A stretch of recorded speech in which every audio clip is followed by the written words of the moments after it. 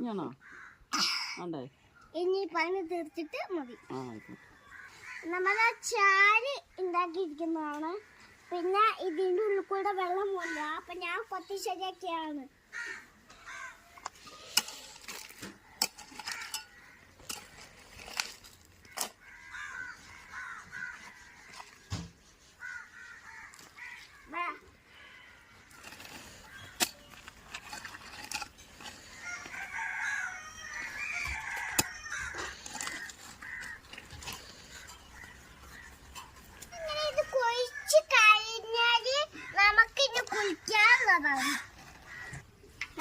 വെള്ളം പണിക്കാർക്കുള്ള വെള്ളം, നാരങ്ങ വെള്ളം പണിക്കാർക്ക്.